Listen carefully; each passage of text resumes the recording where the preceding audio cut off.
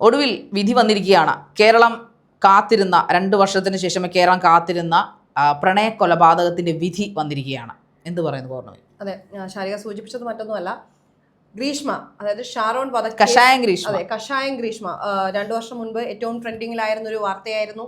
ഏറെ ഞെട്ടിച്ചൊരു വാർത്തയായിരുന്നു. കാരണം നമ്മൾ കണ്ടിട്ടുള്ളതെല്ലാം പ്രണയിക്കുന്നവർ ഒന്നിക്കണം, അല്ലെങ്കിൽ കല്യാണം കഴിക്കാൻ വേണ്ടിയുള്ള കഷ്ടപ്പാടുകൾ, അല്ലെങ്കിൽ ഒരുമിച്ച് ആത്മഹത്യ ചെയ്യുന്നു തുടങ്ങിയ വാർത്തകളിൽ നിന്നൊക്കെ ഒരു വ്യത്യസ്തത കൊണ്ടുവരാൻ ഏറെ സഹായിച്ച ഒരു കാര്യം കൂടിയാണ് അല്ലേ? അതെ, ഇതുവരെ കേരളം കേട്ടിട്ടില്ലാത്ത, അല്ലെങ്കിൽ ഒരു പ്രണയ കൊലപാതകം എന്നും ശരിയാണ്, ചതിക്കപ്പെടുകയും കാമുകിമാരെ കൊല്ലുകയും കാമുകന്മാരെ ഒക്കെ കൊല്ലുന്ന നമ്മൾ വാർത്തകളൊന്നും നമുക്ക് പുത്തരിയല്ല, നമ്മൾ ഒരുപാട് കേട്ടിട്ടുണ്ട്. പക്ഷേ ഒരു വളരെ ഡീപ്പസ്റ്റ് ലവേഴ്സ് എന്ന് കരുതിയിരുന്ന ആ ലവേഴ്സിൽ ഒരാളെ അതിന്റെ കാമുകി തന്നെ സ്നേഹം നടിച്ചു തന്നെ, അതായത് ആ സ്നേഹത്തിൽ ആ ആളുടെ വിശ്വാസം നേടിയെടുത്ത് ആ സ്നേഹത്തെ ചൂഷണം ചെയ്തുകൊണ്ട് ഒരാളെ പ്ലാൻ ചെയ്ത് ഘട്ടം ഘട്ടമായി കൊല ചെയ്യുകയായിരുന്നു എന്ന് തെളിഞ്ഞു.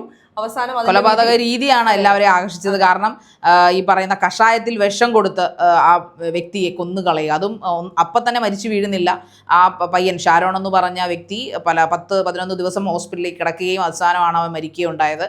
അവസാന നിമിഷം പോലും അവൻ്റെ കാമുകിയുടെ പേരൊരിക്കലും മരണമൊഴിയായിട്ട് പോലും പോലീസിന് അവൻ കൊടുത്തിരുന്നില്ല എന്നുള്ളത് അവൻ്റെ പ്രണയത്തിൻ്റെ ഒരു ആത്മാർത്ഥത തെളിയിക്കുന്നു എന്നുള്ളതാണ്. കാരണം അവന് വേണമെങ്കിൽ കൊടുക്കാമായിരുന്നു. അതെ, ഒരുപാട് വോയിസ് നോട്ടുകളും ഒക്കെ പുറത്ത് വന്നിരുന്നു. അതെ, അവൻ്റെ ഇതിൽ നിർണായക സാക്ഷികളായി മാറിയത് എനിക്ക് തോന്നുന്നു അവനെ ആ വീട്ടിൽ അന്നുകൊണ്ടാക്കി. അതായത് പാറശാല ബോർഡർ, അതായത് തമിഴ്നാട് കേരള ബോർഡറിലാണ് ഗ്രീഷ്മയുടെ വീട്. തമിഴ്നാട് കേരള ബോർഡറാണ്.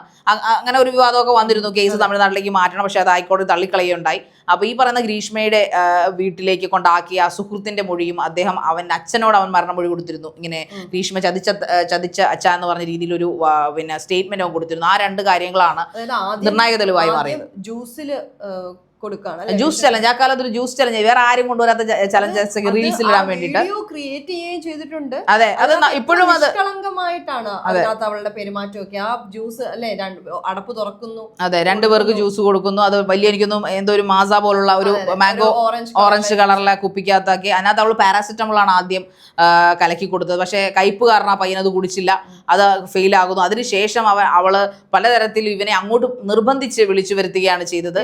ഇതിനൊക്കെ പിന്നിലുള്ള മോട്ടീവ് എന്ന് പറഞ്ഞാൽ ഇവൾക്ക് വേറൊരു, ഈ പറയുന്ന പോലെ ഗ്രീഷ്മയ്ക്ക് വേറൊരു വിവാഹാലോചന വരുന്നു. അതൊരു പട്ടാളക്കാരനായിരുന്നു. ഉടനെ നല്ല ആലോചന ആയതുകൊണ്ട് തന്നെ ഇവനെ മാക്സിമം ഷാരോണിനെ ഒഴിവാക്കാൻ അവൾ ശ്രമിച്ചു. പലവട്ടം പറഞ്ഞു എന്നാണ് പറയുന്നത്. എന്നാൽ ഇവര് ശാരീരിക ബന്ധത്തിൽ ഏർപ്പെട്ടു എന്നൊക്കെ തന്നെയാണ് വാർത്തകൾ. അതെ, സ്വകാര്യ ദൃശ്യങ്ങൾ പലതവണ ചോദിച്ചിട്ടും ഷാരോൺ തിരിച്ചു നൽകിയില്ല. അതിനോടുള്ള പക, അല്ലെങ്കിൽ ആ ഒരു പകയുടെ പുറത്താണ് ഇങ്ങനെ കൊലപാതകത്തിലേക്ക് പോയത് എന്ന്. അതായത് ഈ കേസിലെ 3 പേരായിരുന്നു കുറ്റക്കാര്. അതായത് ഗ്രീഷ്മയുടെ അമ്മ, ഗ്രീഷ്മയുടെ അമ്മാവൻ. പക്ഷെ എന്തായാലും ഇന്ന് വെള്ളിയാഴ്ച വിധി വന്നിരിക്കുന്നത് ഗ്രീഷ്മ കുറ്റക്കാരിയാണ്. അതുപോലെ അമ്മയെ ഒഴിവാക്കിയിട്ടുണ്ട് അല്ലെ? അതെ, അമ്മാവൻ കുറ്റക്കാരനാണെന്ന് കണ്ടെത്തി. ഈ പറയുന്ന പോലെ ഗ്രീഷ്മയെ നമുക്ക് അത്ര നിഷ്കളങ്കയായ കാമുകിയായിട്ട് ഒരിക്കലും കാണാം. അവളുടെ നിവർത്തികേട് കൊണ്ട് ചെയ്താണെന്നോ അങ്ങനെയും നമുക്ക് ചിന്തിക്കാൻ പറ്റില്ല. കാരണം ഒരിക്കൽ ഈ പറയുന്ന പോലെ അവൾക്ക് പോലീസിൽ പരാതിപ്പെടാമായിരുന്നു. അവളുടെ വീഡിയോകൾ കൈവശമുണ്ട്. ഈ പറയുന്ന പോലെ ഇങ്ങനെ കൊടുക്കുന്നില്ല എന്തെല്ലാം. കാരണം ഈ കൊലപാതകം നടക്കുന്നത് 2022 അല്ല 2010 നടക്കുന്നത്. അതുകൊണ്ട് തന്നെ നമ്മുടെ സൈബർ വിങ്ങുകളൊക്കെ ആയാലും ഇങ്ങനെയുള്ള ബ്ലാക്ക്മെയിൽ ആക്റ്റീവാണ്. ഒരാളെ ബ്ലാക്ക്മെയിൽ ചെയ്താൽ അവരെ സ്പോട്ടിൽ ചെന്ന് പ്രതിയെ പൊക്കും, IP അഡ്രസ് ഫോളോ ചെയ്ത് പ്രതിയെ പൊക്കുന്ന ഒരു കാലത്തിലാണ് നമ്മൾ ജീവിക്കുന്നത്. മാത്രമല്ല, മുൻപുള്ള പോലെയുള്ള പോലീസ് രീതികളോ മുറകളോ ഒന്നുമില്ല. ഭയങ്കര ഫ്രണ്ട്ലി ആയിട്ട്, അല്ലെങ്കിൽ നമുക്ക് പോയി നമ്മുടെ ഒരു പരാതി ഉണ്ടെങ്കിൽ തുറന്ന് സംസാരിക്കാൻ പറ്റുന്ന ഒരു സാഹചര്യം. അതെ, ജനമൈത്രി പോലീസുകളാണ് കൂടുതലും ഉള്ളത്. ഈ പറയുന്ന ഗ്രീഷ്മയെ പോലും ഈ പറയുന്ന പോലെ SP യോ IG ആരൊക്കെയോ പ്രശംസിച്ചിരുന്നു. അവൾ നല്ല നടപ്പാണ്, അതുപോലെ ഈ പെൺകുട്ടി പഠിക്കാൻ മിടിക്കുകയായിരുന്നു എന്നുള്ളതൊക്കെ പറയുന്നുണ്ട്. പക്ഷേ എത്രയൊക്കെ പഠിക്കാൻ മിടിക്കിയാൽ അവളുടെ ബുദ്ധി അവൾ ഉപയോഗിച്ചത് ഇങ്ങനൊരു വ്യക്തിയെ കൊല്ലാനാണ്. അവൾക്ക് ഇഷ്ടമല്ല, അവർ തമ്മിൽ വളരെ ഡീപ്പസ്റ്റ് ആയിട്ടുള്ള ലവ് ഉണ്ട്. അതുകൊണ്ടായിരിക്കുമല്ലോ എല്ലാ കാര്യങ്ങളും തുറന്നു പറയും, എല്ലാ കാര്യങ്ങളും ഷെയർ ചെയ്യുകയും ചെയ്തിട്ടുണ്ടാവുക. ഇവര് സ്വകാര്യമായി താലി ചാർത്തുകയും കുങ്കുമം ഇടുകയും ചെയ്തിട്ടുണ്ടെന്നടക്കമുള്ള കാര്യങ്ങളുണ്ട്. അങ്ങനെയുള്ള വീഡിയോകളൊക്കെ കുറച്ച് നാളെ പ്രചരിപ്പിക്കപ്പെടുന്നുണ്ടായിരുന്നു. എന്തായാലും വിധി എന്തായാലും കുറ്റക്കാരിയാണെന്ന്, ഗ്രീഷ്മ കുറ്റക്കാരിയാണെന്ന് തെളിഞ്ഞിരിക്കുന്നു. നാളെയാണ് വിധി, നാളെയല്ല ശിക്ഷ ശനിയാഴ്ചയാണ് പറഞ്ഞിരിക്കുന്നത്. അപ്പൊ ശനിയാഴ്ച എന്താണ് ശിക്ഷ കിട്ടാൻ പോകുന്നതെന്ന് വിധിക്കും. അമ്മാവനും അനന്തരവളും കൂടെ ചെയ്ത പരിപാടി എന്തായാലും അമ്മയെ തെളിവുകളില്ല എന്ന രീതിയിൽ തന്നെ വെറുതെ വിടുകയാണ് ചെയ്തത്. അമ്മേനകത്ത് പങ്കാളിയല്ലെന്നല്ല അതിന്റെ അർത്ഥം. പക്ഷെ കോടതിക്ക് തെളിവുകളാണല്ലോ മുഖ്യം. അതുകൊണ്ട് തന്നെ കളനാശിനി കൊടുത്തിട്ടാണ് ആ ചെറുപ്പക്കാരനെ കൊലപാതകം ചെയ്തത്. അതിൽ ഏറ്റവും രസം എന്ന് പറഞ്ഞാൽ ഇവനെ നിർബന്ധിച്ച് വശീകരിച്ച് വിളിക്കുകയായിരുന്നു. എന്ന് വെച്ചാൽ അങ്ങനെയുള്ള സംഭാഷണങ്ങളായിരിക്കുമല്ലോ, കാരണം ചാറ്റുകളൊക്കെ പോലീസ് റിട്രീവ് ചെയ്തിട്ടുണ്ടായിരുന്നു. അപ്പോൾ അതിൽ തന്നെ വശീകരിച്ച് വിളിക്കുകയെന്ന് പറഞ്ഞാൽ അതിന്റെ അർത്ഥം തീർച്ചയായിട്ടും നമുക്കറിയാം എന്ത് പറഞ്ഞിട്ടായിരിക്കും അവനെ വിളിച്ചു വരുത്തിയിട്ടുണ്ടാവുക. അവൻ ആ ബോർഡറിലുള്ള വീട്ടിലാണ് പോയത്, പാറശാലയ്ക്കടുത്ത് തമിഴ്നാട് കേരള ബോർഡറിലാണ് ഇവള് താമസിക്കുന്നത്. ഇവളുടെ എന്തൊക്കെയോ ബന്ധുക്കൾ തമിഴ്നാട്ടിലുണ്ട്. അങ്ങനെ ആ ബോർഡറിൽ അവൻ ആ വീട്ടിൽ കൊണ്ടാക്കുന്ന ഒരു സുഹൃത്തായിരുന്നു. പക്ഷെ അവൻ വീട്ടിൽ നിന്ന് പുറത്ത് ഛർദ്ദിച്ചുകൊണ്ടാണ് വരുന്നത്. അപ്പൊ തന്നെ കൂട്ടുകാരൻ ചോദിക്കുന്നത്, നീ എന്താണ് ഛർദ്ദിച്ചുകൊണ്ട് വരുന്നത് ചോദിക്കുമ്പോൾ എന്തോ എനിക്ക് വയ്യട കഷായം തന്നു, ഗ്രീഷ്മ ഹെൽപ്പ് ചെയ്തു എന്ന രീതി പറഞ്ഞു. പക്ഷെ പിറ്റേ ദിവസം അവൻ അന്ന് തന്നെയാണെന്ന് തോന്നുന്നു ഹോസ്പിറ്റലൈസ് ആവുകയും ആന്തരിക അവയവങ്ങളിലൊക്കെ ബാധിച്ചു. അവിടുത്തെ ഹോസ്പിറ്റലിൽ നിന്ന് റെഫർ ചെയ്ത പ്രകാരം ട്രിവാൻഡ്രം മെഡിക്കൽ കോളേജിലൊക്കെ ചികിത്സയ്ക്ക് പോയിട്ടു. പക്ഷേ ഏതാണ്ട് ഒക്ടോബർ 24 അവൻ മരണപ്പെടുകയാണ് ചെയ്തത്. എന്തായാലും ഇങ്ങനെ എത്ര വലിയ കള്ളങ്ങൾ മിടുക്കികൾ ചെയ്താലും ഈ പറയുന്ന പോലെ ഒരു തെളിവ് ദൈവം കാത്തുവെച്ചിട്ടുണ്ടാവും. ഒരു പക്ഷെ ഷാരോൺ അവന്റെ പ്രണയം സത്യമായിരുന്നിരിക്കാം. തേപ്പ് എന്നൊരു വാക്ക് തന്നെ കുറച്ച് കാലങ്ങളായി നമ്മുടെ നാട്ടിലുള്ള ട്രെൻഡിങ് ആണ്.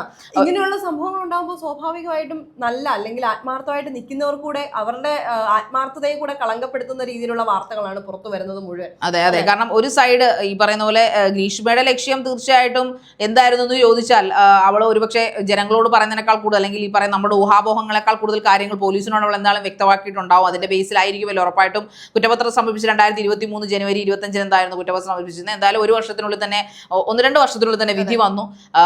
എന്തായാലും ഷാരോണിന്റെ ആത്മാവിന് ശാന്തി കിട്ടുമെന്ന് നമുക്ക് സമാധാനിക്കാം. വേറൊന്നും കൊണ്ടല്ല, തന്റെ പ്രണയത്തിനായിട്ട് ബലികുടീരങ്ങളും അതുപോലെ താജ്മഹലും ഒക്കെ പണിയിച്ച അല്ലെങ്കിൽ ഉള്ള ഒരു രാജ്യത്താണ് നമ്മൾ ജീവിക്കുന്നത് അല്ലേ. പക്ഷേ അവിടെ പ്രണയത്തിന് വേണ്ടി രക്തസാക്ഷിയാകേണ്ടി വന്നു. കാരണം തൻ്റെതല്ലാത്ത കുറ്റങ്ങൾ കൊണ്ട് അവളെ ആത്മാർത്ഥമായി പ്രണയിച്ചു, അവൾ പറയുന്നതെല്ലാം കേട്ടു എന്നതല്ലാതെ ഒരിക്കലും അവന്റെ പ്രണയത്തിന്റെ ഒരു ഏറ്റവും വലിയ ഇമ്പോർട്ടൻസ് നമുക്ക് തോന്നുന്നത് അവൻ ഒരു ഭാഗത്തും ഒരു പോയിന്റിലും ഗ്രീഷ്മയെ കുറ്റപ്പെടുത്തി അവന്റെ സ്വകാര്യ സംഭാഷണങ്ങളിൽ മാത്രമാണ് അവൻ ഗ്രീഷ്മയെ കുറ്റപ്പെടുത്തിയല്ല ഗ്രീഷ്മ പണി തന്നു എന്ന രീതിയിൽ അവന് സംശയം തോന്നിയിട്ടുണ്ടാവുക. പക്ഷെ ഒരുപക്ഷെ ആ മരിക്കുന്ന മൊമെന്റിലായിരിക്കണം അവൻ തിരിച്ചറിഞ്ഞിട്ടുണ്ടാവുക.